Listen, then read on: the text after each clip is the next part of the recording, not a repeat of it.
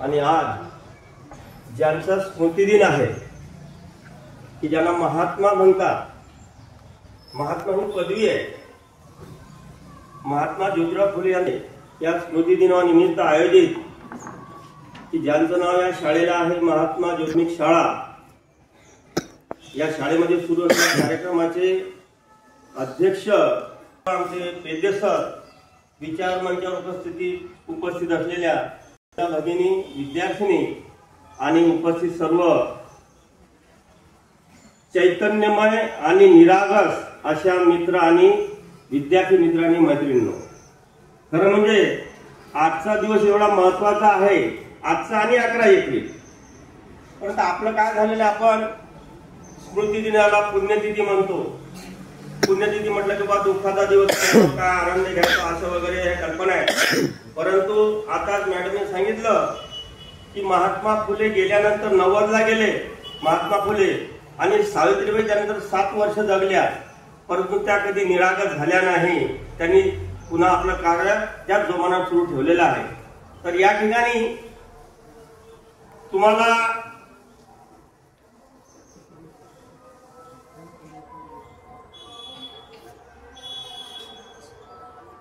आज स्मृतिदिन असल्यामुळे मी फारसं काही जास्त तुमच्यामध्ये रमणार नाही, फक्त महात्मा फुले विषयी काही माहिती सांगणार आहे. परंतु एखाद्या दिवशी माझ्याकडे आनंद पद्धत आहे, हसत खेळत शिक्षण असेल, इतिहास असेल, गणित असेल, या विषयाचं शिक्षण द्यायचं अशी एखादी कार्यशाळा सुद्धा आपण, माझी इच्छा आहे. आपल्या सरांनी जर मला परवानगी दिली तर मी एखाद्या दिवशी येईल आणि तुमच्यामध्ये रमणार आहे. परंतु आज महात्मा फुले ही एक व्यक्ती नव्हती तर विचार होता, आणि म्हणून ज्या महात्मा फुलेंनी प्रथम रायगडावर जाऊन शिवाजी महाराजांची समाधी शोधली, कोणालाच माहिती नव्हतं शिवाजी महाराजांची समाधी कुठे आहे. झाडाझुडामध्ये सर्व ते साफ करून समाधी शोधली, आणि 1869 साली शिवाजी महाराजांची जयंती महात्मा फुलेंनी या महाराष्ट्रात सुरू केलेली आहे.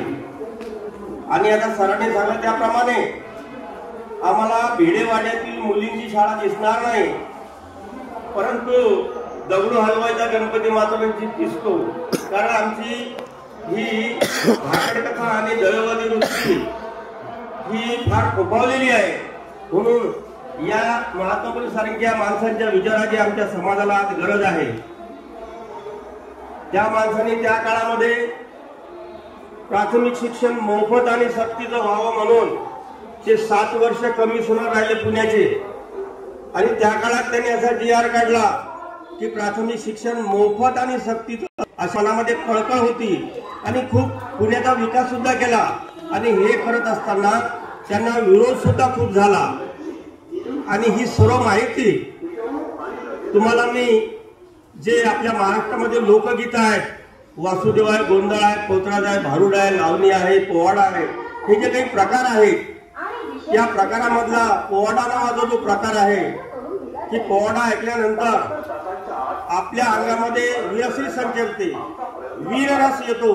अशा प्रकारचा पोवाडा महात्मा फुलेंचा तुमच्यासमोर मी मांडणार आहे.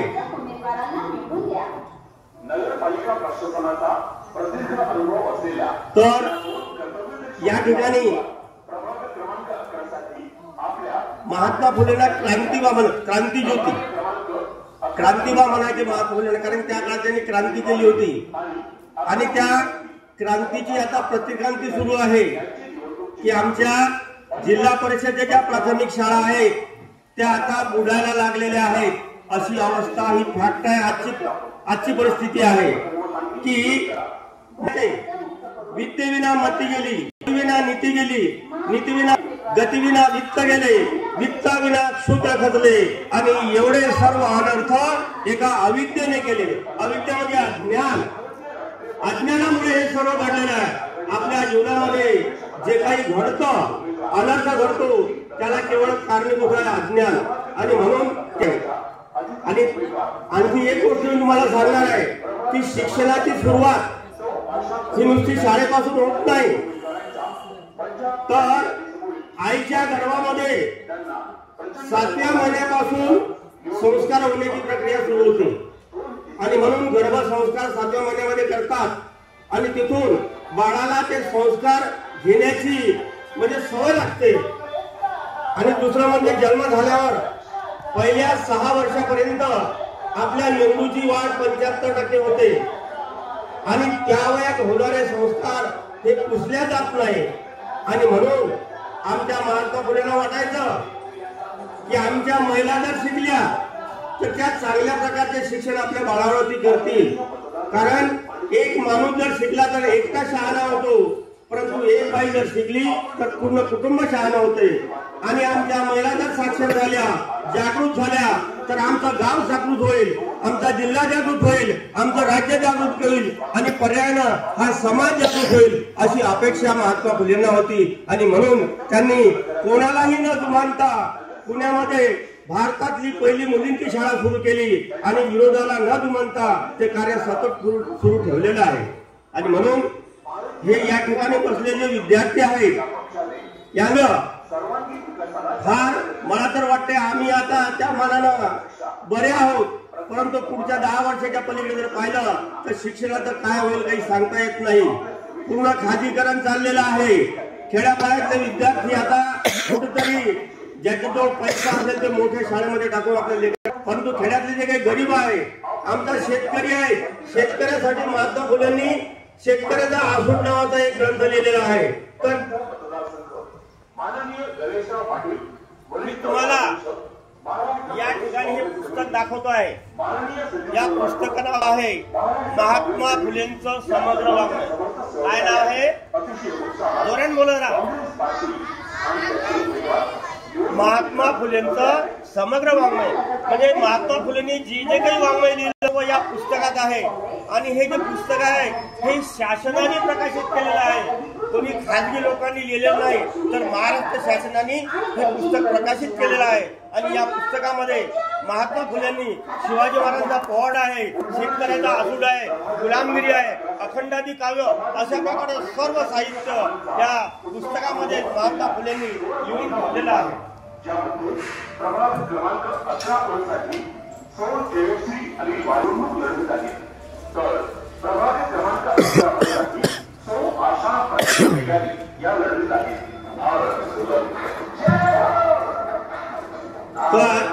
तुमच्याशी बोलताना मी पोवाडा म्हणणारच आहे, तुम्ही पोवाड्याची वाट पाहतात, पण त्याऐवजी थोडं 5 मिनिटं एक वेगळा उपक्रम घेणार आहे।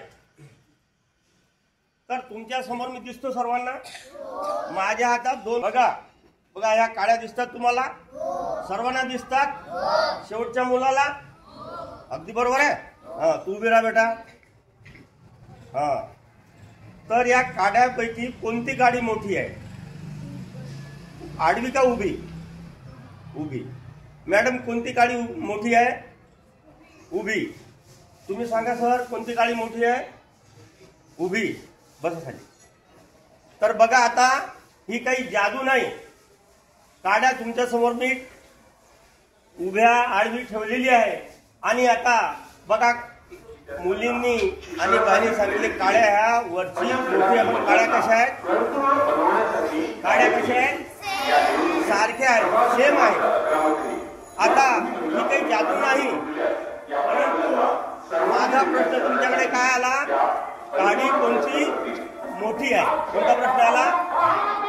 मग तुमच्या मेंदूमध्ये मोठी मोठी मोठी या दृष्टीने विचार सुरू झाले आणि नंतर मग तुमच्या डोळ्यांनी जे दिसलं, कारण आपले 5 ज्ञानेंद्रिय आहेत, नाक कान डोळे जीभ आणि त्वचा, हे सर्व ज्ञान आपल्याला देत असतात। मग तुमच्या डोळ्यांनी सांगितलं की उभी गाडी मोठी आहे आणि तुम्ही सांगून दिलं उभी गाडी मोठी आहे, पण तसं नाही। आता हे का घडलं? तर तुम्ही चिकित्सा केली नाही, कारण चिकित्सा केली पाहिजे। चिकित्सा करण्यासाठी आमचे 6 मित्र आहेत, विद्यार्थ्यांचे आणि प्रत्येक माणसाचे 6 मित्र आहेत। 6W म्हणतात त्याला, व्हाय व्हेन व्हेअर व्हिच हे जे आहेत, का केव्हा कोठे कसे कोणते किती, म्हणजे एखादी घटना जर घडली तर का घडली, केव्हा घडली, कुठं घडली, कशी घडली, हे 6 त्या घटनेला लावले त्यामधून सत्य बाहेर येते आणि हे सत्य समजून घेण्यासाठी आमच्या महात्मा फुलेंनी सत्यशोधक समाज स्थापन केला होता की या जगामध्ये सत्य काय आहे हे शोधून तुम्ही वाटचाल करा म्हणजे तुम्ही या जीवनात सुखी व्हाल। अशा प्रकारे महात्मा फुलेंचे अनेक उपक्रम आहेत, परंतु मी तुम्हाला एकच या ठिकाणी सांगला, ज्यावेळेस तुमच्या या शाळेमध्ये आनंददायी शिक्षणाचा मी एखादा प्रयोग घेईल त्यावेळेस मी तुम्हाला सर्व सांगणार आहे। काँग्रेस पक्षाने दिले आहे प्रभाग क्रमांक 11 च्या उमेदवार सौ जयश्री अनिल वाडे आणि 11 साठी सौ आशा प्रदीप बेगारी यांची निवडणूक चिन्ह आहे। मी दिसतोय तुम्हाला? हा बघा, तर मी तुम्हाला काही प्रश्न पण विचारणार आहे हे कार्यक्रम करता करता, आला लक्षात? आता पोवाडा ऐकायची तुम्हाला घाई झालेली आहे आणि मला असं वाटते तुमच्या शाळेचं सत्र 12ला सुरू होणार आहे, तत्पूर्वी तुम्हाला हा कार्यक्रम आटपायचा आहे, कारण की महात्मा फुलेबद्दल जर सांगायचं झालं तर पूर्ण दिवस पुरणार नाही। एवढं मोठं अफाट कार्य या महात्म्याचं आहे आणि ते शॉर्टकट मध्ये आपल्याला तुम्हाला सांगायचं आहे, कारण बाबासाहेबांनी या देशाची घटना लिहिली, संविधान लिहिलं, त्या संविधानामध्ये कलम किती आहे कोणी सांगू शकेल का? परवा दिवशी संविधान दिवस साजरा झालेला आहे, संविधानामध्ये कलम किती आहे कोण सांगू शकेल? हात वर करा, सांगणार का कोणी? ठीक आहे, तर संविधानामध्ये कलम आहे 395। आता बाबासाहेबांनी महात्मा फुलेंना गुरु मानलेलं होतं,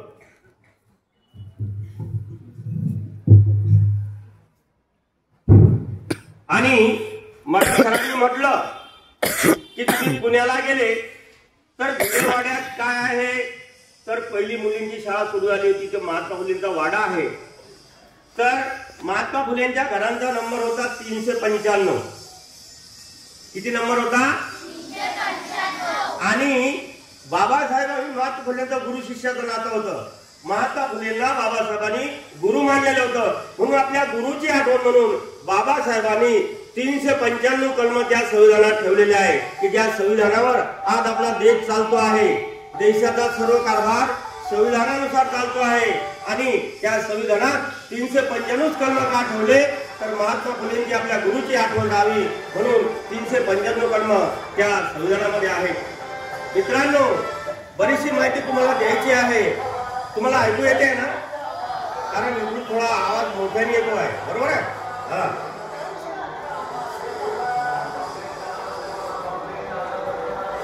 तर पोवाडा हा जो प्रकार आहे, तुम्ही जात्यावरती गाणी ऐकलेली आहेत, अंगाई गीतं ऐकलेली आहेत, लहानपणी आईने तुम्हाला धोका देतात त्यानं म्हटलेली आहे की अंगाई गीतं ऐकलेली आहेत, ओव्या ऐकलेल्या आहेत, हे जे सर्व लोकगीताचे प्रकार आहेत, तर या प्रकारातला एक प्रकार जो आहे तो आहे पोवाडा। तर या पोवाड्याच्या माध्यमातून या महामानवाच्या जीवनावरचं जे काही कार्य आहे जीवनातलं ते तुमच्या पुढे मी विशद करतो आहे।